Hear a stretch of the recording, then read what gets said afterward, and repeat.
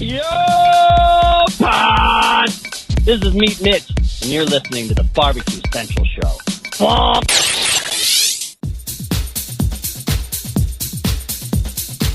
Happy to have you aboard here for the really big barbecue show. Boing. We cook because we have to, and we grill because we want to.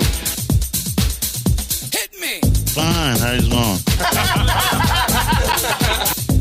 You have a great show. I'm a big fan. Boing. So what seems to be the problem here? This man looks like he's dead and he's in the crackle. Charbono! It's all about the Charbono, dude! Succulent fish. What? He ate 2 feet for wiener. But listen, Lavernius, shut your face. I'm shaking like a dog shit peach seeds. We have top men working on it right now. Top men. And just like that, we are into the second hour. This is the Barbecue Central Show. We talk about only the highest level barbecue and grilling related items. If you're just tuning in, you missed the first hour. Not to fear, we are recording for podcast. So you can get the first hour tomorrow in the morning. You can also get the second hour Thursday. I'll tell you about Friday here in just 1 second. Still to come on this show this evening, starting in about 13 minutes from now, Mike McCloud of MMA Creative, also the creator of the World Food Championships, is set to join us for no less than one segment. And there's a very good chance he's going to press into 2. Of course, the show being brought to you from where? Palm City, USA, Cleveland. I had referenced Casey Hansen through Facebook saying that he's listening to the show, and he has been a podcast listener for 11 years and counting. Wow, look at you, Casey. Appreciate you listening through the podcast, as most people do. When you look at the breakdown of the demographics and audience statistics, while through the live various platforms, Clubhouse, YouTube, Facebook, Twitch, we might have 200 to 500, sometimes thousands of watchers through the course of the show, not all concurrently, I think is what I meant, not congruent. I believe that's a measurement of some sort, congruent angles. Concurrent, sometimes. But then you look at the audio downloads per month of this show, which is how 90+% of you, maybe 95% of you get the show. We're averaging well over 40,000 audio downloads per month through iTunes, Google Podcasts, Stitcher, whatever podcast platform that you use. A podcast download falls into that number. And we've reached over 500,000 downloads this year, 2022. I was hoping for 400,000. I think at the end of 2021, we were towards 360, 365. And I was hoping to get towards 400,000 this year. And somewhere right around halfway through the year, things really picked up. I don't know if somebody famous started mentioning the show to their pals or tweeted it out or something, but download numbers ticked up and haven't stopped since. So we're well over 500,000, or we will be well over 500,000 by the time the year ends. So somebody like Casey, who's a traditional podcast listener, but's catching the show live, I've often said, do yourself a favor. If you're always a podcast listener, figure out one Tuesday night in your life where you can catch the show live, because who knows what's going to happen? Certainly, when Casey's listening to the show in podcast, he doesn't know what's going to happen, but it's not live. Anything could happen right now. Anything at all. The internet could go out. My guest could back out. Who knows what could happen? I don't know. But none of us know what's going to happen next right now, Tuesdays between 9 to 11. That's why it's a live production. As you listen to it in podcast, it is recorded. It's new to you. You don't know what's going to happen unless something crazy happens and then somebody's like, oh, hey, did you watch it last night? You know, you were part of the whole thing.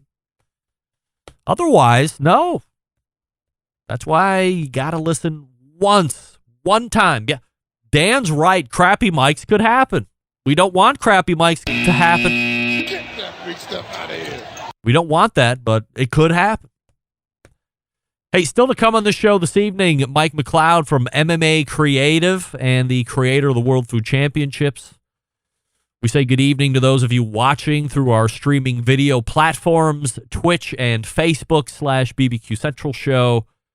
You can also tune in to YouTube /RD Rempe. If you would also like to chat, there is a chat going on in the YouTube page. We also say good evening to the folks using the audio streaming platform Clubhouse. So if you would rather hear us and not see us, Clubhouse, the way to do it. Also a chat feature there. Coming up on the best moments of the Barbecue Central Show in 10 minutes or less this Friday, episode 260, taking you back to, I wasn't exactly sure on the date. I'm going with December 1st, 2010, although it could be 2011, but let's go with 2010 for now. December 1st, 2010. The holiday season is firmly upon us. There's no question about it. So what would make your holiday season even better? Yes, you guessed it. The 12 days of Barbecue Christmas coming to your podcast feed on Friday. And just when you think you couldn't possibly have more holiday spirit and cheer than you have right now, we're going to take that spirit knob and turn it to 11. You will be so jacked up by the time you're done listening on Friday with holiday spirit, you won't know what to do with yourself. As Clark Griswold said, you'll be whistling zippity-doo-dah at your butthole. Now, I do want to give thanks and credit to the songwriters of the 12 Days of Barbecue Christmas, namely Matt Frampton, who you would know as the founder of Urban Slicer Pizza Works, and the live fire pizza guru that I have here on this show, also part of a barbecue competition team called Hot Grill on Grill Action, and his barbecue buddy, Logan Hendrickson, also from Hot Grill on Grill Action. Remember, this song is now celebrating its 12th year anniversary. I think it might be time to dust this bad boy off, get the girls back down in the recording studio, and redo it. Or maybe we go ahead and do it live one more time. We'll do it live. Yes, why not? Everybody's a lot older. Maybe everybody can sing a lot better. We should do it live one more time. We'll do it live. Why not? I don't know if the girls would be down for it, but I certainly would be. I've become very adept at singing live on this show.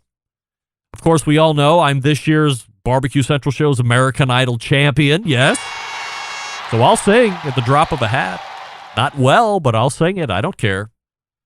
So we'll see what happens. Maybe I can get Bobby, Maddie, and Marley down here for another rendition of the 12 Days of Barbecue Christmas. But that's what you have to look forward to on the Best Moments show this coming Friday. So if you've never heard the 12 Days of Barbecue Christmas, you will be enlightened, to say the least. It will quickly become your most favorite holiday song. And next year, after you forget about it, right around this time, you will be refreshed once again. That seems to be a staple that John goes for, which I certainly appreciate. Don't forget, if you want to hear a guest or segment again that has been lost in the archives, email John and let him know what you'd like to hear, JON@thebbqcentralshow.com, and he'll do his best to meet your expectation. Upcoming shows still left in December and or for 2022. Daniel Vaughn from Texas Monthly makes his last quarterly appearance. Mr. Jonathan from the Cigar Authority podcast will join us next week. So we'll see what's smoking good, and we'll get some tips for all the new potential cigar smokers as the year crosses into 2023. Also, Derek Riches will be joining us for his monthly segment. And as I had mentioned during Rusty Monson's segment, the embedded correspondents will be showing up on the fourth Tuesday to close out the year right. Also, on the 27th, we will be joined by Noah Glanville, the CEO and co-founder of Pit Barrel Cooker. So he's a rebook from when the show was missed a handful of weeks ago. So looking forward to those shows as we close out the year. And yeah, we'll stop there. We'll get ready for Mike McCloud from World Food Championships, I will quickly tell you about Green Mountain Grills. That's right. 2 different lines to choose from. We know this. Choice line, prime line. So if you're looking to save a couple bucks, if you're looking to go into pellet cooking, you want something that's better than the entry level, but you don't want to blow the wad. Choice line. 1 size to choose from. Works great. I have a pair of them on my patio right now. They work great, and they're 10 plus years old. Now, if you want all the other bells and whistles that you're seeing, Prime Line is the one you're going to want to take a look at. 2 internal meat probes. You have the ability to look into the cooking chamber. There's lights in the cooking chamber. You can also look into the pellet hopper to see where that pellet level is. Whole bunch of cool stuff. Value adds, as we say in the biz. So you decide how you want to spend your money. Then go online, greenmountaingrill.com, and find a dealer near you. Visit that dealer. Touch them, feel them, love them, get educated by the dealer, and then pick the one that's best for you. The best part is this. No matter which one you pick, you're going to love it, A. B, the choice and the prime lines accommodate the pizza oven insert. What's better than high-heat pizza? Nothing.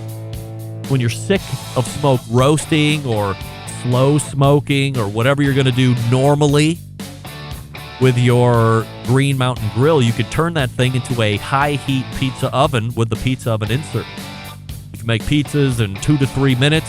Everybody can make their own. It's fun. Great change of pace. Great on the weekends. Great during the week. Great every day of the week. Why not? GreenMountainGrills.com. That's GreenMountainGrills.com. And you can hook up with some accessories there if you want to complete the Green Mountain Grill cooking experience. Yeah, you can do it. GreenMountainGrills.com. That's GreenMountainGrills.com. We're back with Mike McCloud right after this.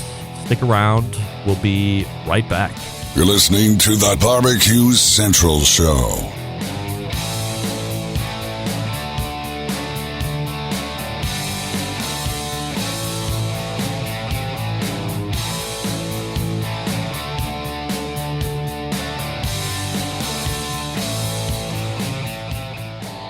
Howard Stern, Jim Rome, Dan Patrick, and Greg Rempe. The Mountain Rushmore of talk show entertainment. Now, let's get back to the Barbecue Central Show.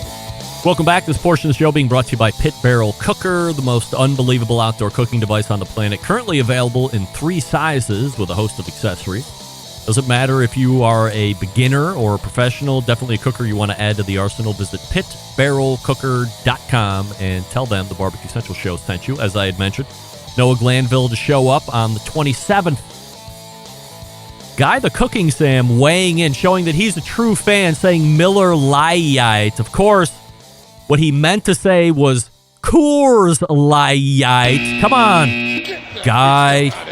But I appreciate the fact that you were able to pull the light. That is the minutia that I want to see from a true fan right there. You knew it was light because my kids were singing, and a case of cold Coors Light. That was the whole thing. You'll hear about it Friday, trust me. Hey, my next guest last appeared on this show in September of 2020. You would know him as the person who has created something called the World Food Championships. A few weeks ago, we had the winner of the barbecue side of that event, Sterling Smith, on to talk about the win, his experience at this year's rendition. And now we get the breakdown from the man himself. We race to the hotline and welcome back friend of the show, Mike McCloud. Like the last time you were on the show, we talked about how the World Food Championships was going to be or not going to be affected by the coronavirus. We are now 2 years outside of that last conversation. What were the past 2 years like for you and the organization?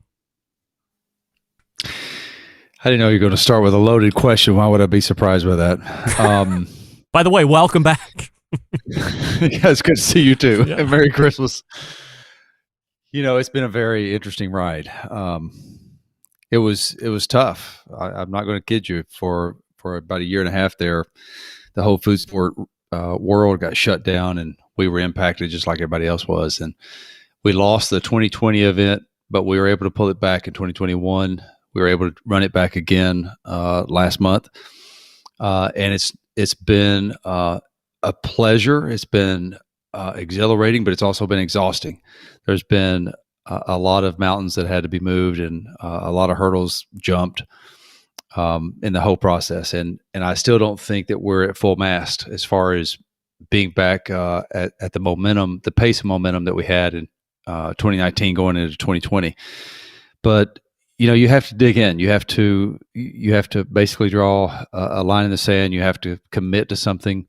It's like we talk about golf occasionally, right? You have to commit to your swing and you have to follow through. So that's why we did make 2021 happen, and we came back strong, and I think stronger in 2022.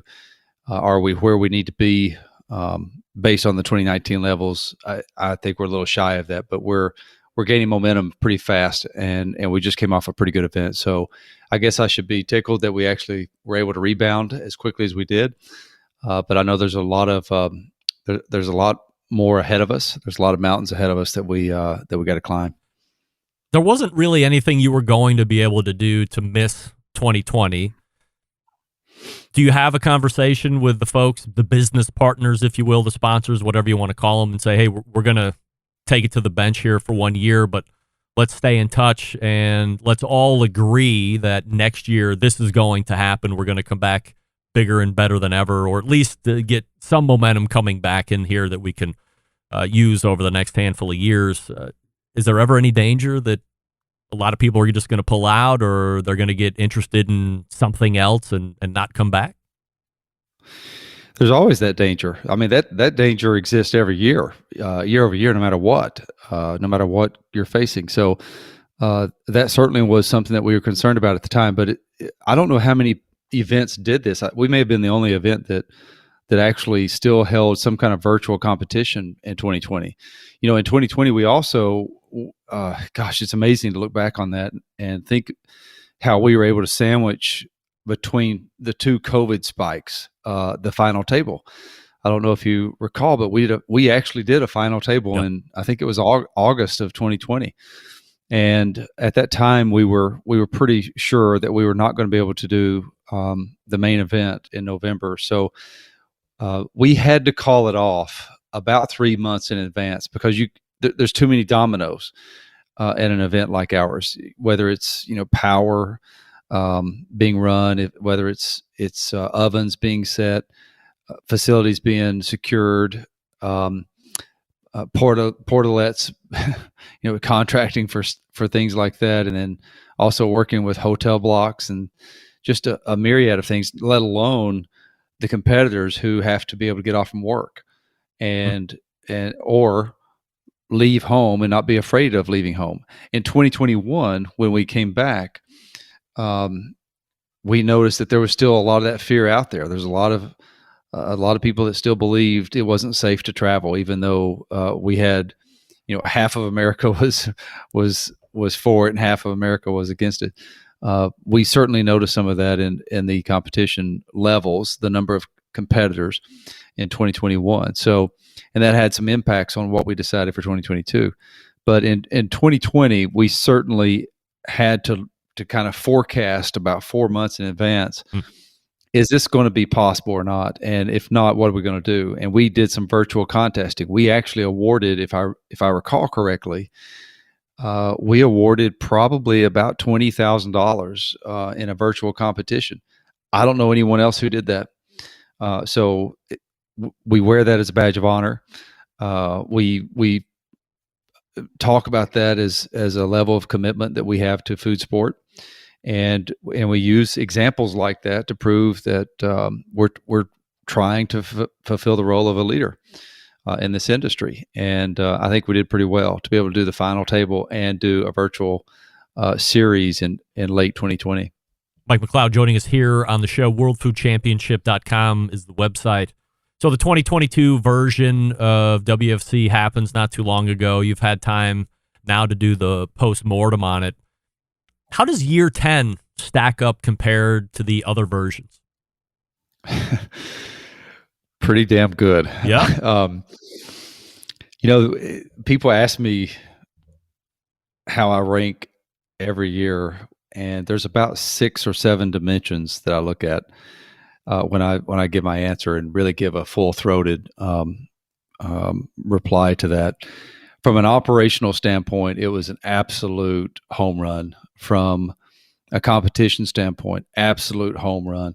From a strategic shift standpoint, trying to implement some things that we believe are important going forward with food sport, master judges, being able to pick winners, put eyes on the actual field instead of total blind judging. Absolute home run. The live panel judging that we implemented for the first time, where the X factor was really about show and tell. Tell these panel of experts what's so great about your dish. This is your 2 minutes of salesmanship, your 2-minute elevator pitch to tell our judges what makes your dish so fantastic, and why you should win. Those were absolute home runs. Weather sucked. Obviously, we can't control that. The location that we're in is both fantastic and challenging. One, it forced us to figure out how to do this event indoors for the most part, and trust me, that is a major positive. We still, if you're barbecuing and you're grilling or you're doing a burger or steak, you still have to do live fire outdoors. But the other 70% of our competition can be done indoors, and that is just a phenomenal benefit to this whole industry, because you don't have to face the elements. You can control your environment. You can hear people. You can see stuff, and you can enjoy yourself. So all that being said, those aspects were positive. We have a whole equal list of things that we believe we need to work on and we need to improve. But we do, that comes out of every event. Greg, you've known me for a long time now. We would like to look back at successes, and we'd like to put a star next to those things, but we don't rest on our laurels. We keep trying to push the envelope, and as long as blood is running through my veins, and I continue to try to fulfill this quest that I'm on for various reasons, we're going to continue doing that. And that means that every year there's going to be a list of things that I want to improve and things that we need to improve on. So overall, though, the 10th anniversary was I think a great event, and we couldn't have pulled it off without great partners and great volunteers and great people who just believe in what we're doing and give so much blood, sweat, and tears to the effort. So my heart and my mind goes out to so many individuals who helped us in many walks of this event, and they know who they are. It's funny that you mentioned how long we've known each other, Mike, because I remember when there was no such thing as the World Food Championships. Now we're in year 10, where it's really solidified itself as something that's happening every year. Anybody that's got any type of culinary inkling knows about it, wants to take part in it. Of course, everybody wants to win it. But there were years where maybe you were thinking about it, but we had never even talked about it. It was just a barbecue thing. So when you look at how this whole thing has evolved, whenever you came up with this harebrained scheme of World Food Championships, did you think that it will have evolved into what it has 10 years later? Is it bigger than you ever thought it would be? I actually thought it would be bigger. Really? By now. Yeah. And it would be if it weren't for COVID. We were poised for some phenomenal things coming out of 2019, and a few of those just got train wrecked by COVID, and we have struggled to regain that momentum, in my opinion. But we were very close. In fact, I get on a plane tomorrow to jump the pond and finally get to roll up my sleeves on what we thought was going to happen in 2020. We're about to really, really impress a lot of people and shock a lot of people in this industry in the next 6 months. So but it took, we had a 2-year hiatus almost, and it was really the danger that came out of COVID was, I know there's always been rumors and questions, is WFC going to happen again, or is the final table going to happen? And I finally got to a point where I didn't give a shit anymore about what people said. I knew in my heart what we were going to do and how we were going to do it, and it was going to happen. And I adopted the opinion that, you can say whatever you want to, until you decide to put your name and your checkbook on the line like I do. Sit down and shut the fuck up. So, I don't know, is this fam? Is this our? This is the internet, Mike. I don't know if you knew it or not. There's porno on the internet, so saying the F word, it's a little tame. So, okay. Yeah. Okay. All right. But in all seriousness, I just got to a point where I was like, I don't care what people say, because I knew what we were going to do. But I will say to you that coming out of COVID, there were some serious hitches in the giddy up, so to speak.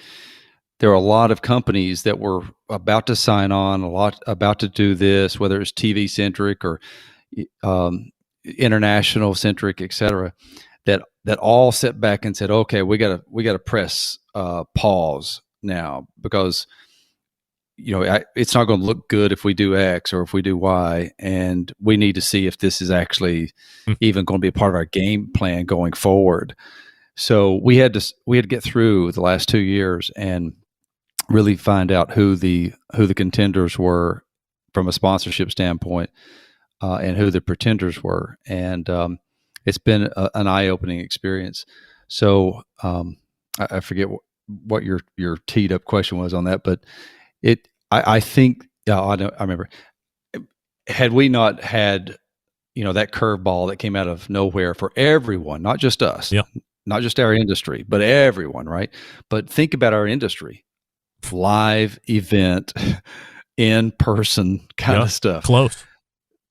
COVID was a game changer for so many people. And I see it still in all the events that we sanction or that we certify. There's a lot of events that are still trying to, get back on the grid, get back into their swing of things, to get back in motion. And it's not been easy. So we do everything we can to help the industry. And hopefully what we'll be doing over the next 6 to 12 months will re-energize and recharge and get us back on track. But I think the 10th anniversary was exactly what it needed to be. We could have done a lot more. I wish we could have done a lot more, but we at least put forth our best foot, and we had a great event. We had a great turnout, great champions. Oh my God, it's great food, and some great concepts that got implemented. So I'm very happy with it. You're kind of answering this next question, but let me just ask it bluntly. Is there still a high interest from businesses in the food space, or that might be in this periphery, that are looking to come on and partner or sponsor this event? Yes, there is, but it's more noticeable now for a guy who's been in the marketing business now for 30 plus years. It's real easy to see who has the chops, what businesses are doing well and what businesses are not, and what businesses just can't level up. Used to, it wasn't that big of a deal to drop 30 or 50 grand into a year-long marketing program that involved food sport. And there are businesses that still want to do it, and they want to double down. But they're not as numerous as they were. And I think the whole pandemic really shook out some of the pretenders from the industry. So I watch it closely, as I know you do, and I know a lot of other folks who do. I'm seeing people retrench that I have been surprised by, and I'm seeing people press forward that I've been surprised by. So it's a little bit of a mixed bag. What's the legacy of Mike McCloud? I know you got, Tucker now. I remember when you didn't have a Tucker too. That's how long we've known each other. Do you hope that he just finds his own way into something that he's passionate about? Do you secretly hope that he somehow develops a passion for food sport as well, and will end up taking this over and bringing it to whatever new height from where you're leaving it to him? What do you hope from a legacy standpoint? Wow, that's a big question. Let's start with what has driven me for the last 15 years in food sport, and that is simply to be one of the contributing factors to making sure that food sport has a place and is perceived as a legitimate enterprise, and that major corporations will invest in this and help those food competitors out there, the food champs as I call them, with their aspirations to keep fueling the fire, so to speak. And I just want to go down as one of those guys that really helps solidify that and make it happen. As for Tucker, I mean, he is my legacy, right? I mean, he's going to hopefully be afforded every opportunity to pursue whatever his passion is. And right now, that's a lot of things. And I'm enjoying every free moment I have with him to relive not only my childhood, but to really embrace his and support him as a young kid and a toddler to a kid, and then from kid to a young man. I don't know if he's going to have a place in food sport. I don't know if he's really going to embrace it, because that's important, right? Whatever you do, if you really want to make a difference and you want to be a best in class of whatever it is, you've got to love what you're doing. And I'm going to try to help him understand that concept, and then we're going to find what he loves to do, and I'm going to give him as many opportunities as possible to pursue it. As a guy that's looking to expand the brand, as you said, you're getting ready to head over to wherever it is across the pond that you're going to go to try and knock down deals and so forth. That involves a lot of travel. Food sport itself involves a lot of travel. Do you find yourself conflicted at all that you're away? Do you take them wherever you go and you guys are together, or is it, the more traditional dad's out and now you're working within yourself to justify time away to get what you need done, but also trying to spend the quality time with your kid?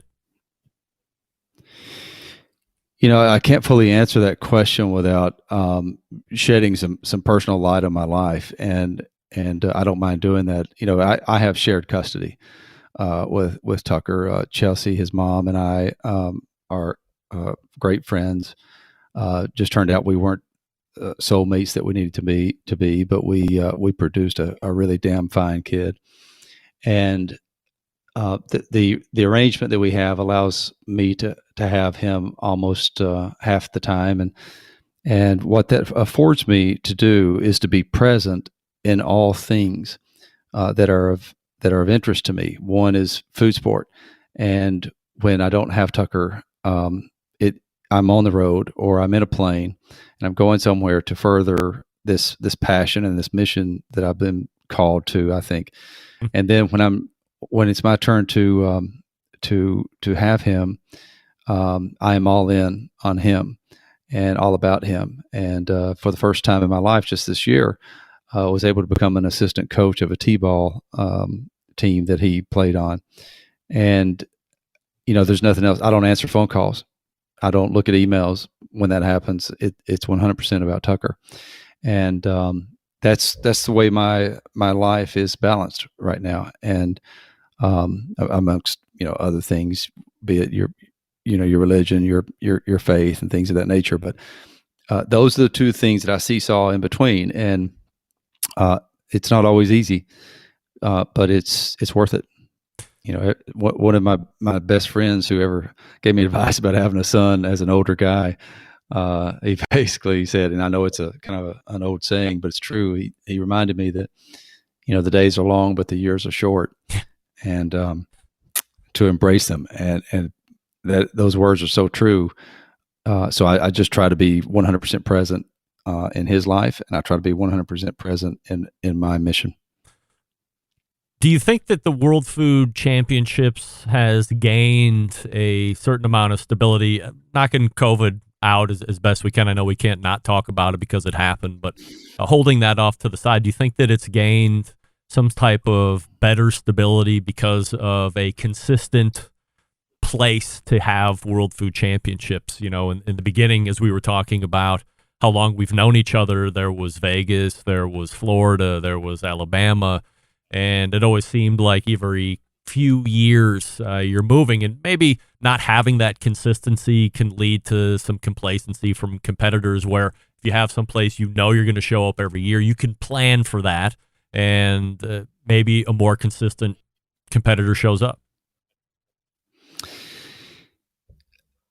Every time we stay in a location for at least 3 years, there is a level of consistency and dependability that is important to the franchise. But what's more important is delivering on our overall promise every year in and year out. We've now achieved 10 years.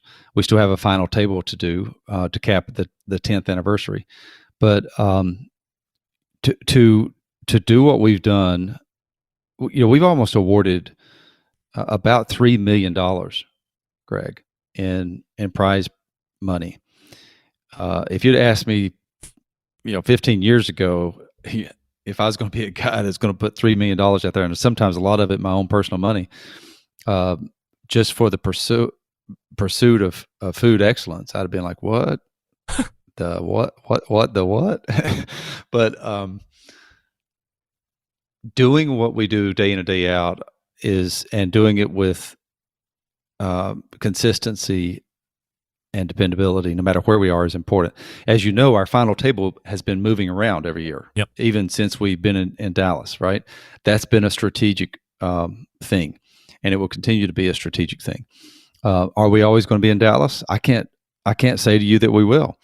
There are some challenges with being in Dallas. It's a very expensive market. I know it's very expensive for our competitors to go to and to conduct a competition and stay 5 days in. I hear that every year.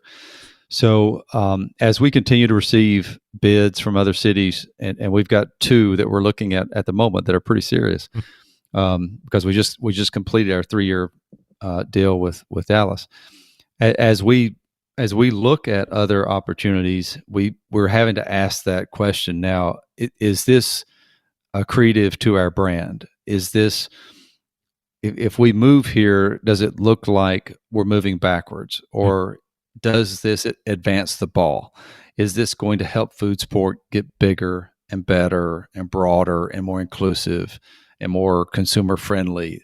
So we go through those questions every December and January at the end of a contract, and I'm right in the middle of trying to answer that question right now. Do you foresee? I would say that. Let me cap your question off with this. Sure. If we were to move the championship, it would not concern me from a brand standpoint, because we will have already checked all the boxes of why we're moving, and that it is better for the brand and better for the competitors. Those are the 2 most important things. Getting consumers to a food event is not the hard part, unless you have just a real shitty location, right? And there's a lot of events out there that have really bad locations. We've had some of our own. That's why we were one and done in Florida, for example. But making sure that it's good for the competition industry to get to and conduct their job is numero uno. And making sure that it is great for the brand, that it's complementary, that it is a city or a location that is complementary to what we're trying to achieve, is numero dos.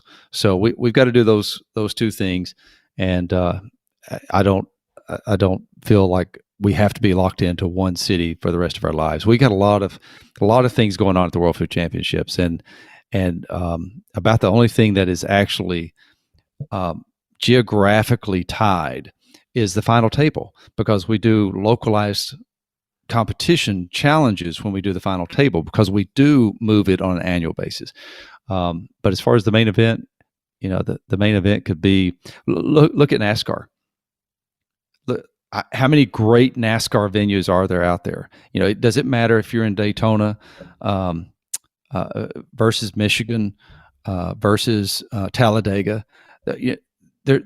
When you look at that schedule, you don't think, "Oh wow, they're in Daytona. It's worse this year," or that event's not as good as the Talladega event. You don't think that, right? It's great for the brand that they do that. So we're trying to understand that value and that proposition in numerous ways as it affects other sports and how it affects our sport.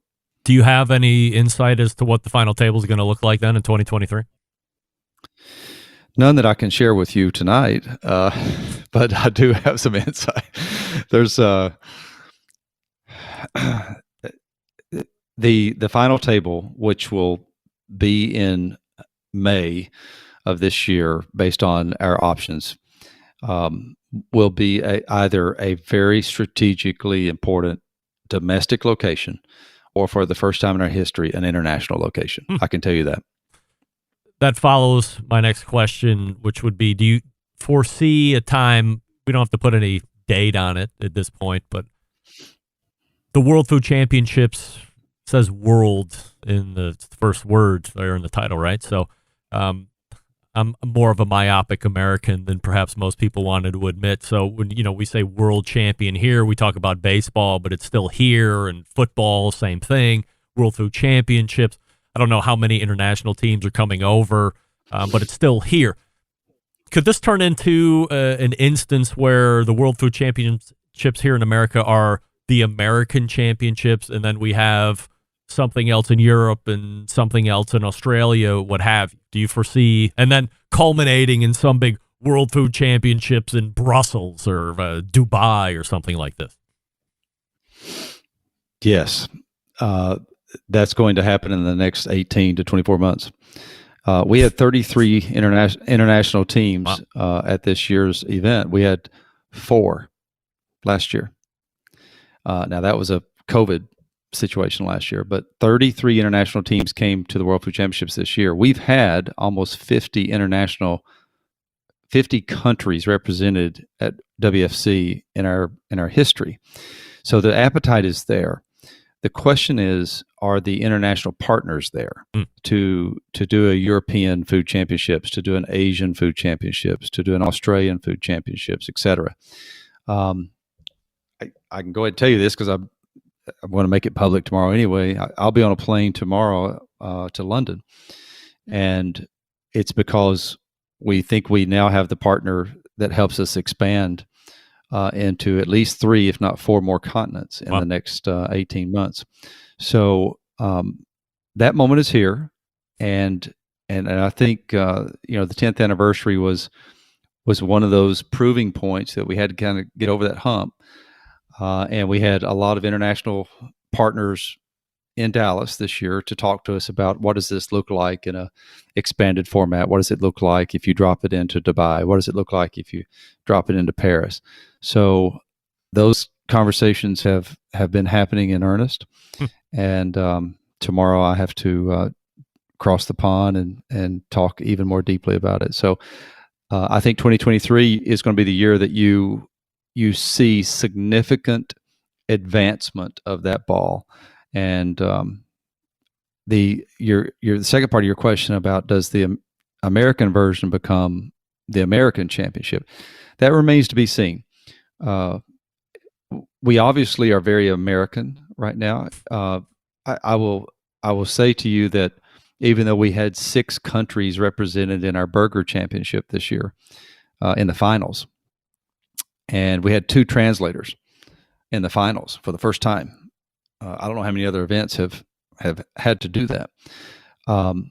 Even though that happened, and we saw that as a huge, amazing development, in the eyes of those international teams, we still looked very American, right?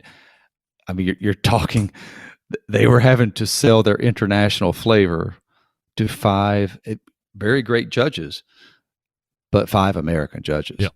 So eventually I have to find a way to resolve that. If we're truly going to be what our moniker says we are. And that has been our vision from day one. We never kidded ourselves. When we put the name out there, we knew some people were going to be like, what? Are you for real? So we had vision for this, and now we're at the point of implementing it. So stay tuned. You'll see some news from our official outlets, our official platforms in the next probably the next 60 days that will make that a little bit more evident. We're talking with Mike McCloud. Mike, can I put you on hold for 1 second? We'll come back and talk a little something other than World Food Championship. All right. Sure. Stand by. We're talking with Mike McCloud. The website, of course, worldfoodchampionship.com.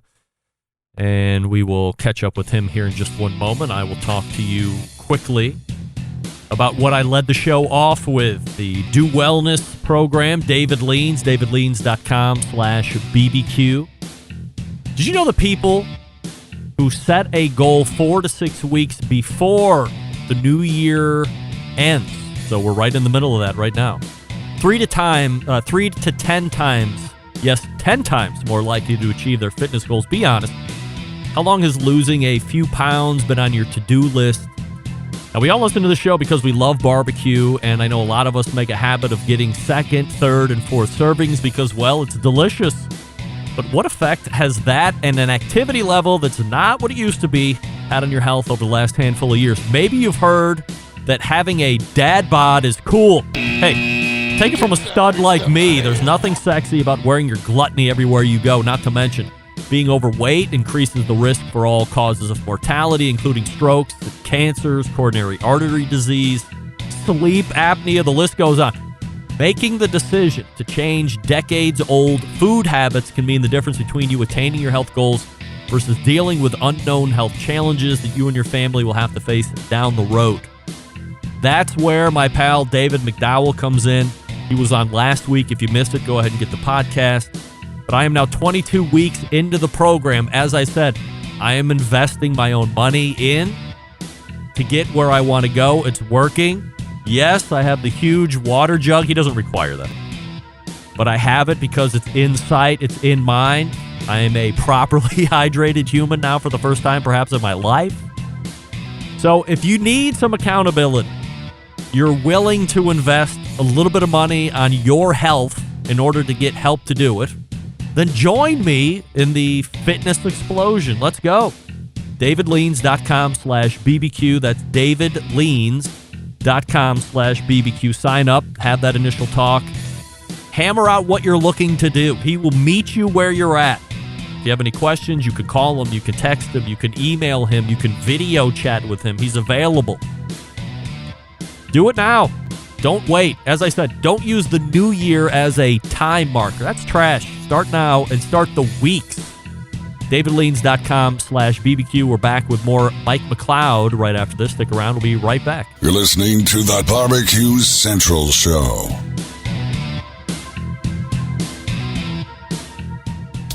Let's get back to a guy who has more experience giving you his opinion than he actually has cooking. Once again, here's your host, Greg Rempe.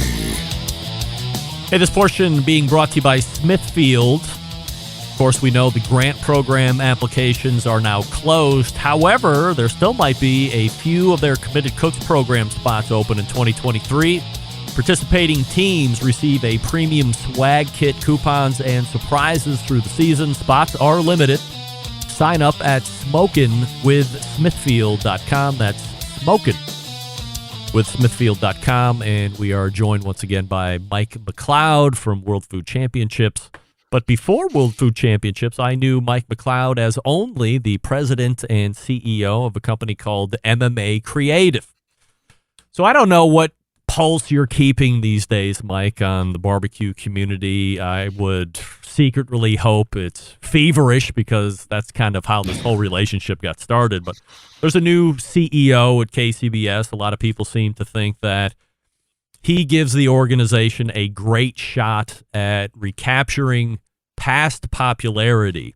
And I've openly theorized that it might not be the worst idea to have somebody at the KCBS reach out to somebody at MMA Creative and look at getting back together to see if there could be a rekindling of what was really once a great and powerful partnership. Is that a misplaced nostalgia on my part, or conceptually, do you think that could happen? I didn't realize you were a hopeless romantic, Greg. You know it. I don't think it's a great question. How about if I answer it that way? Do you think KCBS outside of it now, but as we look back at the years that you were in putting deals together for the KCBS side of things, but just talking about Competition Barbecue in general, when we were originally talking and then over those years during that partnership that you had with them, it seemed like Competition Barbecue was all the rage. Everybody was talking about it. You didn't have to be in any type of world-class shape to be the best competition barbecue cook. Not only that, if you got an interest in it, you had the ability on any given weekend to really go up against the best. If you wanted to travel to Nebraska or Georgia or wherever you wanted to go, you could literally be stacked up against Darren Worth or Myron Mixon or whatever great name of the day you want to throw out. You can't do that in any other competition setting. So was that just a moment in time where all the planets aligned right and Mercury's in retrograde and whatever stupid analogy we want to put together here? Or do you think there could be a recapture of that popularity once again? I think anything's possible. So I never say never. The uniqueness of that time frame that you're referring to is that you had a lot of the levers that needed to be pulled being pulled in the right direction. I mean, you had great TV, you had great passion in the industry, you had legends that were still competing, and you had newbies that were coming on the scene and doing it in different ways. And, you know, those cultures were combining and creating some unforeseen, unexpected opportunities. And then you had a company like ours that truly looked at it as an industry that deserved to be marketed and promoted for its own merits. And, you know, we worked diligently at that. Our tenure of 12 years speaks for itself now, in hindsight, I believe. But it was not easy, and I don't think it ever will be easy based on the current structure of most KCB or most barbecue sanctioning bodies. I love KCBS. Always have, always will.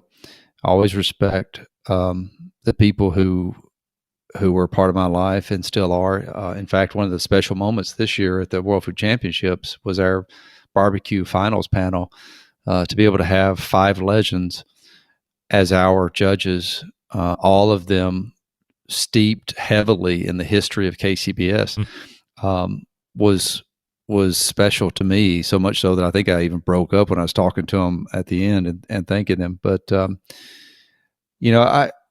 here's the thing, Greg. I mean, if you want to go barbecue uncensored,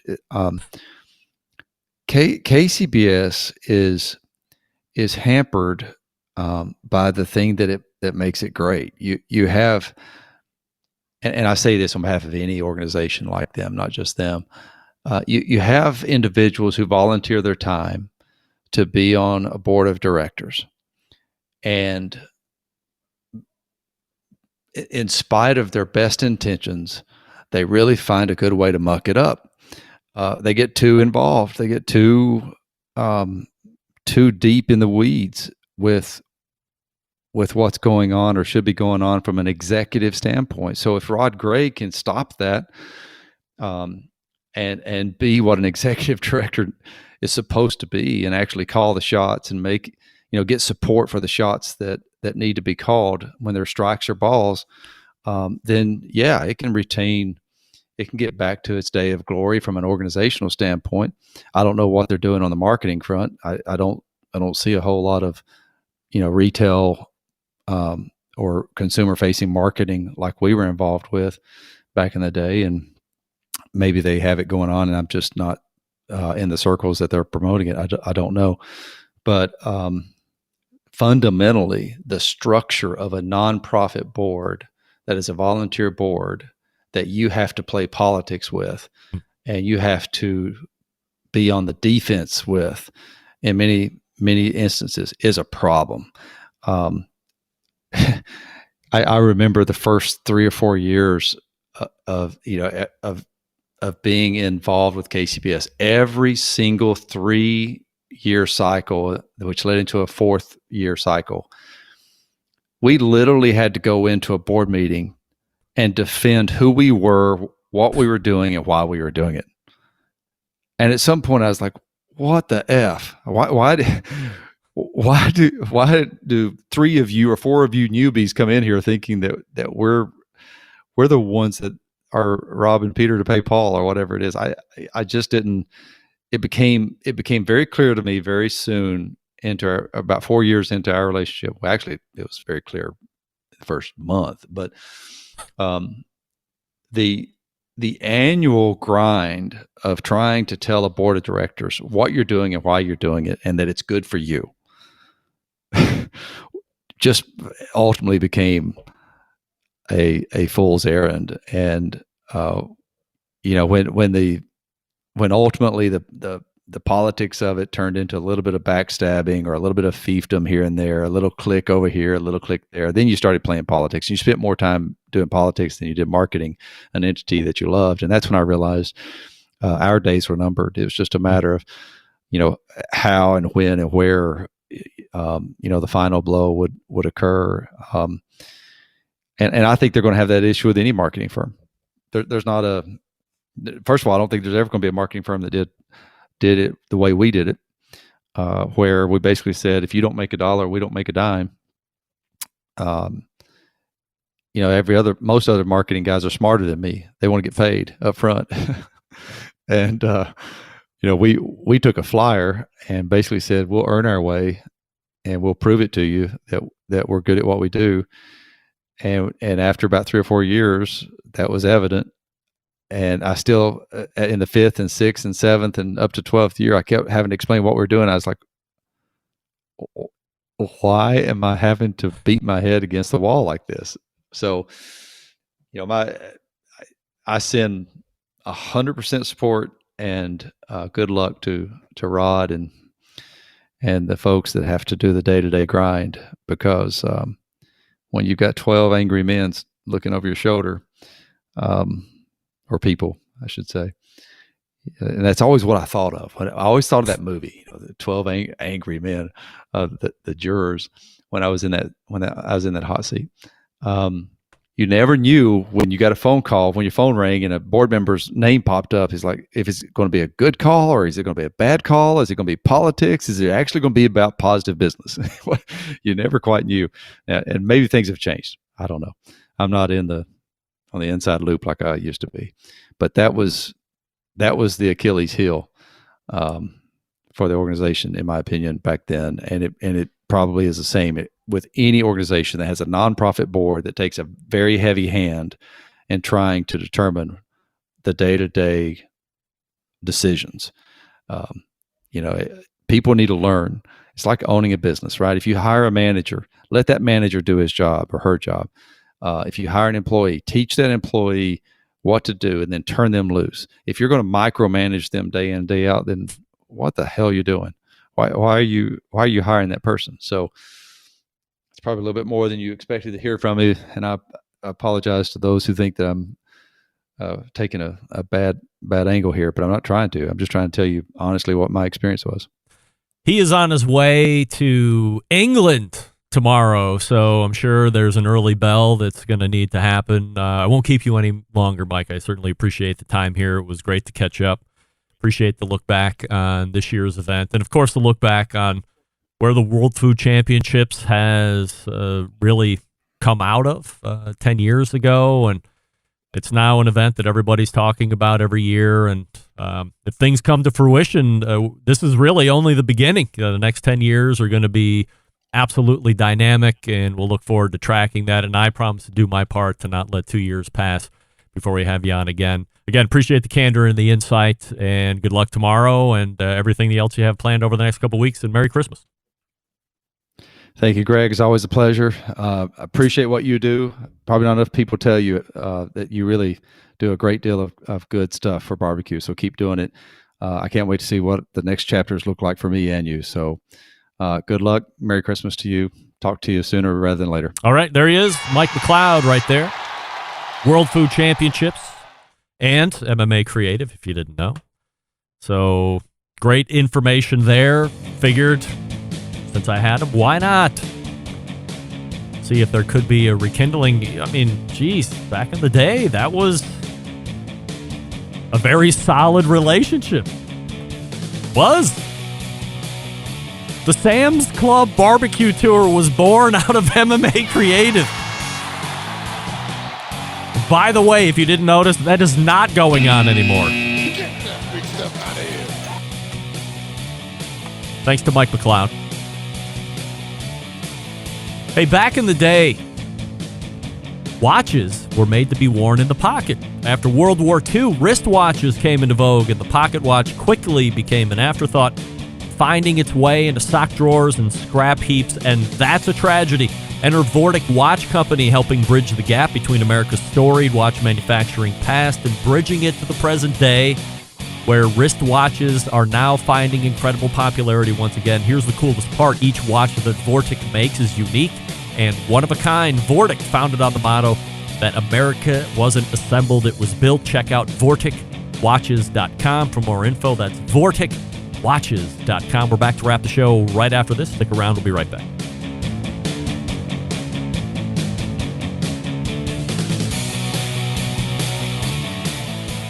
Whole packers, full racks, legs and thighs, injecting butts. If you've never heard this before, you might think you found the best XXX show ever. Let's get back to the most homoerotic host out there today, Greg Rempe. And we thank Mike McCloud for joining us the past two segments, or should we say the balance of the second hour, starting at about 14 past. And we talked a lot about the past of the World Food Championships. Of course, a lot about what happened here recently, the COVID years, which were quite a hurdle for them to get over, but they have made it past it. And this year, really gaining that momentum back, as Mike said, and then, of course, touching on some competition barbecue as we closed it out last segment, which I certainly appreciate. So, with that being said, as we're a little late, 2 minutes past the top of the hour, we'll go ahead and get going out of here. All the way back in the first hour, starting out, was Rusty Monson from Salt City Barbecue, making his last quarterly check-in of 2022 as we talk about his barbecue trailer. Talk about the last 90 days of business, what he looks to have going here over the next handful of months in 2023. He did talk about brick and mortar. He did talk about investors. He did talk about food trucks and not more food trailers. So all very interesting stuff in case you missed it. First hour will be available on podcast Wednesday. In the second hour, then we had Wes Wright from cookoutnews.com. We talked a lot about the new Weber news, that Weber's being taken back privately out of the public sector. And we also talked a little bit about some of the other bigger companies that are still public and what their fate might be, given the fact that there's a lot of inventory and a lot of it isn't moving. And of course, there's going to be more coming. So what do you do with that? Second hour, Mike McCloud, WorldFoodChampionship.com is the website. And he's on his way to England to potentially strike a deal that, if I'm reading into it properly, might bring the final table this year over to England. So we'll see what happens there. Any updates I'll give you here on social media or next Tuesday when the next live show airs. So, big show planned for you next Tuesday. It's the third Tuesday. Mr. J will be in, amongst others. So we're looking forward to talking some pizza there. How do I always leave you? September 11th, 2001. I will never forget. Until next Tuesday at 9 p.m. Eastern, this is your program host and proud U.S. American, Greg Rempe. Good night now.